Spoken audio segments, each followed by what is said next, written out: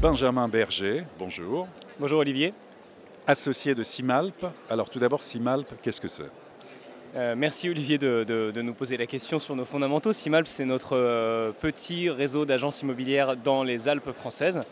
Nous sommes partis de Courchevel il y a 18 ans avec une première agence de transactions et aujourd'hui nous dirigeons, nous possédons, nous sommes 3 associés indépendants, un réseau de 15 agences immobilières dans 10 stations de ski françaises, ce qui couvre la Savoie, la Haute-Savoie, l'Isère. Et on opère 3 métiers, la vente immobilière de chalets, d'appartements de programme neuf, milieu haut de gamme et prestige, et également de la location de vacances, essentiellement appartements et chalets, milieu de gamme, à la semaine, au week-end, pour que des vacanciers viennent profiter de nos jolis villages de montagne. Très bien, alors justement, depuis nos expériences de confinement, depuis la crise sanitaire, où en est le marché de l'immobilier à la montagne, à la fois sur le segment du prestige, mais aussi d'une façon plus générale, on va commencer par la location. Alors, la location, comme vous vous en doutez, a été mise quasiment à l'arrêt à l'issue du premier confinement du 15 mars 2020. Donc, une activité touristique qui s'est arrêtée dans les Alpes jusqu'à l'été, où la montagne a eu le vent en poupe. Nous avons fait un été de location. Le marché de l'immobilier locatif estival s'est très bien porté et continue à marquer des signaux très encourageants puisqu'on a multiplié l'attractivité par 2 sur une activité estivale qui était plutôt embryonnaire chez nous.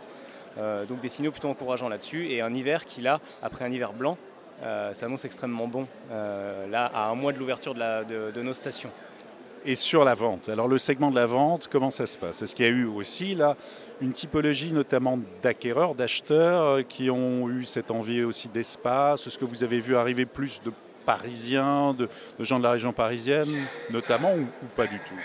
Oui, vous avez raison de poser la question. On a été circonscrit finalement au marché domestique pendant 1 an et demi et pourtant une tendance des transactions très haussière. Puisqu'on a enregistré une année record en termes de transactions, prestige, même milieu de gamme et entrée de gamme. Alors je le dis, je veux pas marquer non plus une certaine insolence sur un marché qui serait un petit peu déconnecté de la réalité. Il s'avère qu'il y a eu énormément de reports, de diversification des capitaux, du patrimoine, pour essayer d'investir dans la pierre à la montagne. D'accord. Alors, quelques exemples de transactions récentes, emblématiques ? On réalise des transactions chez Simalp, le panier moyen, comme on peut le dire un petit peu d'une manière un peu triviale, c'est de 1 800 000 euros. Donc on sait que c'est un budget très élevé, surtout pour une résidence secondaire, mais on est dans des destinations extrêmement premium, Courchevel, l'Alpe d'Huez, Val d'Isère, etc. Qu'est-ce qu'on a pour 1 800 000 euros ? Un 4-5 chambres, que ce soit en petit chalet, toutes choses égales par ailleurs, ou en grand appartement. Dans tous les cas, la demande converge vers une typologie qui est, que ce soit appartement ou chalet, liée au grand volume, des grands séjours, de quoi se retrouver, de réunir sa tribu, c'est l'essentiel. Investir dans le patrimoine, mais surtout en profiter. Alors on est ici au Salon Rent, immobilier, nouvelles technologies, les tendances, l'usage. Quelle est l'importance du digital chez Simalp ?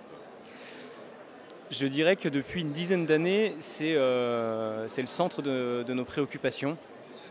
Et le Salon Rent, qui est pourtant le salon des nouvelles technologies relatives à l'immobilier, permet de prendre de la hauteur sur la priorité qu'on pourrait accorder au digital, puisque on se rend compte que n'être pas seulement un pure player, mais d'avoir un réseau de 15 agences immobilières avec des équipes formées. Aujourd'hui, Simalp, c'est 120 collaborateurs en CDI, salariés, formés, coachés et encadrés toute la journée.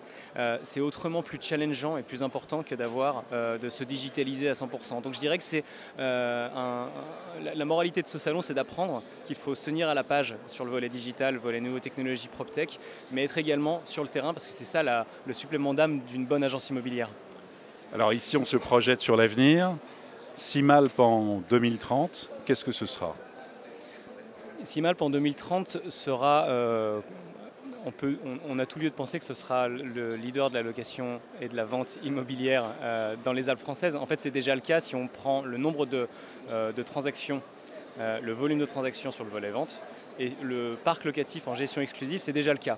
Maintenant, il faut consolider cette position de leader. Nous sommes challengers sur quelques-unes de nos destinations qui sont pourtant très emblématiques.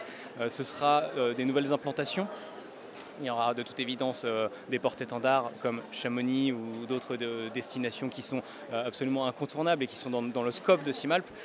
Et pourquoi pas voir plus loin s'il faut s'étendre dans les Alpes plus à l'est ou sortir des Alpes. Benjamin Berger, merci beaucoup.